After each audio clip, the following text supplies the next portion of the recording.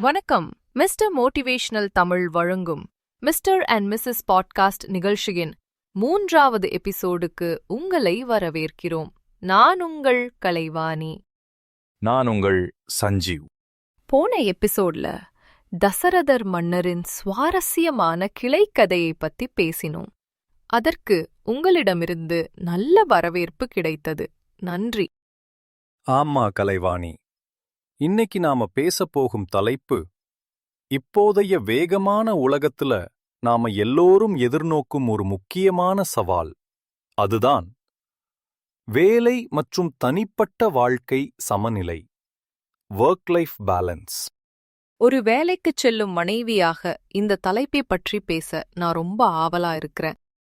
ஆமா கலைவாணி, நாம 2 பேருமே வேலைக்குச் செல்பவர்கள் என்பதால் வேலை மற்றும் தனிப்பட்ட வாழ்க்கை சமநிலை, ஒர்க் லைஃப் பேலன்ஸ் என்பது நமக்கு ஒரு பெரிய சவாலாகவே இருக்கு.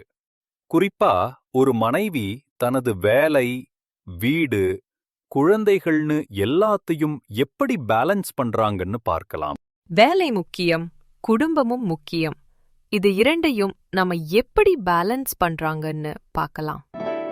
கலைவாணி, இன்னைக்கு ஒரு வேலைக்குச் செல்லும் மனைவிக்கு இந்த பேலன்ஸ் என்பது ஒரு மிகப்பெரிய கயிற்று நடை போலத்தான். ஆபீஸ்ல டென்ஷன், வீட்டுக்கு வந்தா சமையல், குழந்தை பராமரிப்புன்னு எல்லாமே அவங்க பொறுப்பா பார்க்கப்படுது. உண்மை சஞ்சீவ். வேலைக்குச் செல்லும் ஆண்களை விட பெண்களுக்கு இரட்டிப்பு சுமை இருக்கு. ஆபீஸ்ல இருந்து வீட்டுக்கு வந்ததும் அவங்களுக்கு அடுத்த ஷிஃப்ட் ஆரம்பிச்சிடுது. வீட்டு வேலைகளை நாம இருவரும் சரிசமமா பகிர்ந்து கொண்டால் மட்டுமே இந்த சுமை குறையும். நீ சொன்னது ரொம்ப முக்கியம். வீட்டிலுள்ள வேலைகளை ஷேர் தான் முதல் விதி. இது என் வேலை, அது அவங்க வேலை என்ன இல்லாம நாம 2 பேரும் ஒரு டீமா செயல்படணும். உதாரணத்துக்கு, நான் சமையல் செய்றேன், நீ குழந்தைகள் ஹோம்வொர்க் பார்க்கிறாய். இல்லன்னா நான் சமையல் செஞ்சா நீ பாத்திரம் கழுவுறதுன்னு இந்த கான்ட்ரிபியூஷன் ரொம்ப அவசியம். ஆமா, வேலைக்கு போகும் மனைவியாக நான் எல்லா விஷயத்திலும் பெர்ஃபெக்ட்டா இருக்கணும்னு நினைக்கவே கூடாது. 90% சரியாக இருக்கணுங்கிற எதிர்பார்ப்பை நாம குறைச்சுக்கணும். சில நேரங்கள்ல வெளியில இருந்து ஃபுட் ஆர்டர் பண்ணலாம். இல்லன்னா வீட்டு வேலைக்கு ஒரு உதவியாளரை வச்சுக்கலாம். சுமையை குறைச்சுக்க நம்ம பயப்படக்கூடாது. அடுத்ததா குவாலிட்டி டைம் பத்தி நம்ம பேசணும். நீ ஆபீஸ்ல இருந்து சோர்வாக வரும்போது 1 மணி நேரம் குழந்தைகளோட விளையாடுறதுல அந்த சோர்வு மறைஞ்சிடும். வீட்ல இருக்கும்போது நீ எப்போதுமே போனையோ லேப்டாப்பையோ பார்க்காமல் அந்த நேரத்தில் குடும்பத்திற்கு முழு கவனம் கொடுக்கணும்னு நீ என்னிடம் அடிக்கடி சொல்வாய். ஆமா, அதுதான் குவாலிட்டி டைம். அதேபோல பெண்களுக்கான தனிநேரம் மீ டைம் மிக முக்கியம். காலையில் 15 நிமிஷம் யோகா அல்லது வாக்கிங் போவது, இல்லனா இரவு தூங்க போறதுக்கு முன்னாடி ஒரு புக் படிக்கிறதுன்னு நாம நம்ம மனநசுக்குன்னு கொஞ்சம் நேரம் ஒதுக்கணும். அப்போதான் அடுத்த நாள் வேலைக்கு நாம புத்துணர்ச்சியுடன் போக முடியும். நீ சொன்ன மீ டைம் ஆண்களுக்கும் முக்கியம். இல்லனா அந்த ஸ்ட்ரெஸ் வீட்ல எதிரொலிக்கும். கடைசியா நாம 2 பேரும் ஒரு விஷயம் தெரிஞ்சுக்கணும்.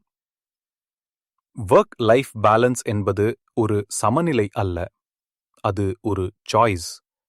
எந்தெந்த சமயத்துல வேலைக்கு முக்கியத்துவம் கொடுக்கணும், எந்தெந்த சமயத்துல குடும்பத்துக்கு முக்கியத்துவம் கொடுக்கணும்னு நாம முடிவு செய்யணும். சரியாகச் சொன்னாய்.